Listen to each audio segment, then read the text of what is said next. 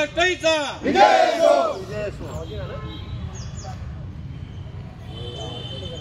आकाशवाणी चौकात उड्डाणपूल आकाशवाणी चौकात उड्डाणपूल राष्ट्रवादी काँग्रेस पार्टीचा काँग्रेस पार्टीचा राष्ट्रवादी काँग्रेस पार्टीचा आकाशवाणी सर्कल आकाशवाणी सर्कल तोडलंच पाहिजे आकाशवाणी सर्कल आकाशवाणी सर्कल उड्डाणपूल झालाच पाहिजे उड्डाणपूल झालाच पाहिजे आकाशवाणी चौकात उड्डाणपूल झालाच पाहिजे आकाशवाणी चौकात उड्डाणपूल झालाच पाहिजे आकाशवाणी चौकात काल एका कंटेनरने एका वृद्धाला उडवलेलं आहे।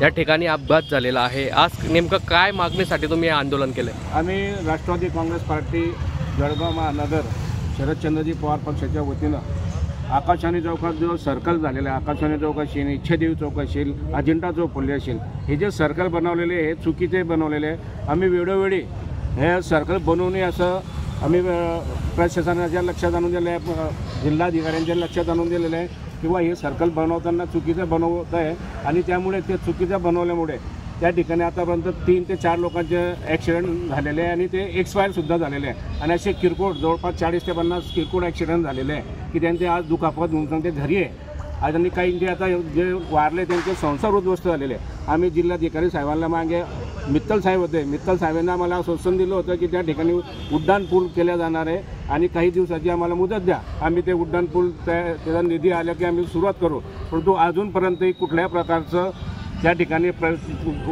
कारवाई झाली नाही किंवा त्याच्यात तरतूद करण्यात आली नाही।